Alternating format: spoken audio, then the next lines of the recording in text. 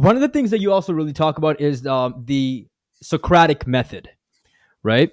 So Yeah. can you talk about like what that really is, and why is that really good at lowering, the possible harmful effects of using AI too much?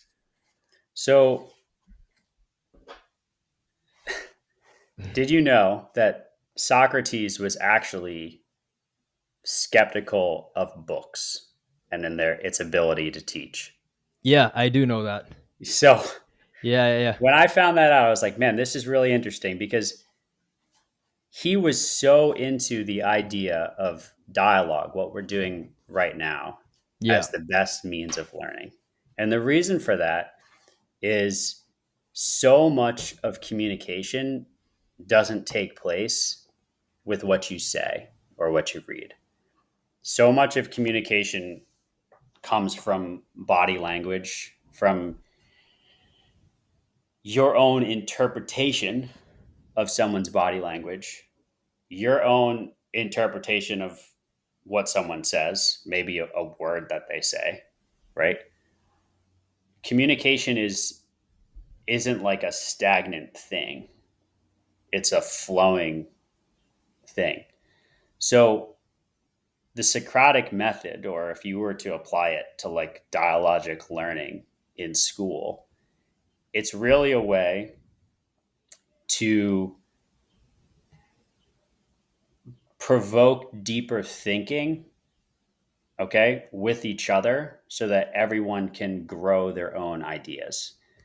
The idea behind that is I want to ask you follow up questions constantly so that you need to essentially justify your own thinking. And by doing this, it helps you develop your ideas. So by me talking with you right now, I'm cementing new ideas that I can then talk about later, right? Um, the value of the Socratic method is I might do some reading, right, and internalize that. And then if I'm in a Socratic circle, or even if I'm just having a conversation with one person, and their job is to provoke deeper thinking about that reading, I really have to analyze what I read and kind of apply it to my own. You will, when you converse, you'll naturally apply it to what you already know or what you've already experienced. And um, it will help you develop and grow your own thinking. So that's the value, I think, of the Socratic method.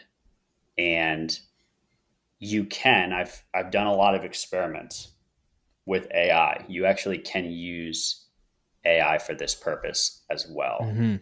Um, like what you kind of touched on earlier when you were saying like, well, how do I can use AI for this, and then I can kind of break down what AI Analyze is it. saying Yeah. and analyze it.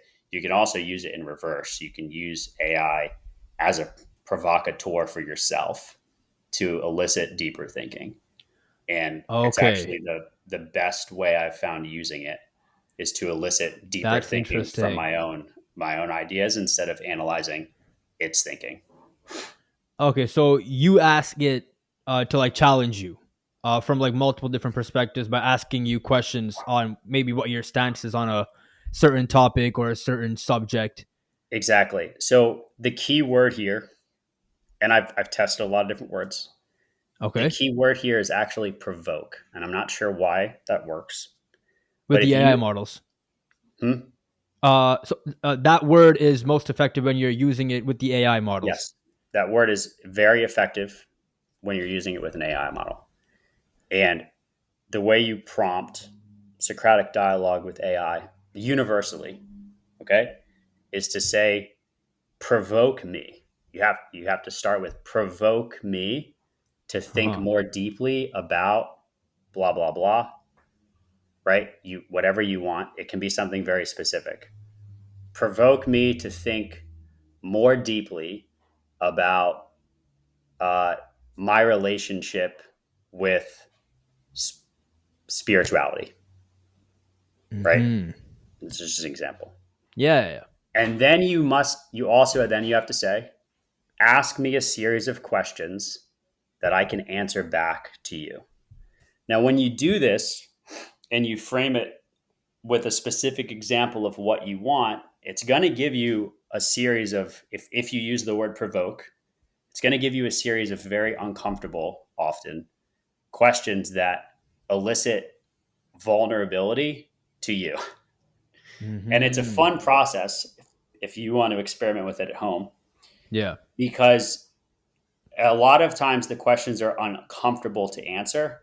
But remember, you'd be answering them back to an artificial intelligence, not a person. So it's a great way to practice actually being vulnerable with yourself and reflecting on your own thoughts. So if you were to consider, let's say, write a paper and you wanted to develop your own ideas first, you could have AI provoke you, okay, to think more deeply about your own understanding of the topic before it helps you draft an idea. This way, its draft is based entirely on your own input. And the way you can do that is you can just read all the questions. You don't ever have to worry about grammar with AI, right? So if Mm-hmm. it asks you a series of thought provoking questions, you just type the answers back. You don't have to worry about spelling or grammar. It can just kind of be free form, and it will Yeah. help organize the answers into a cohesive thought.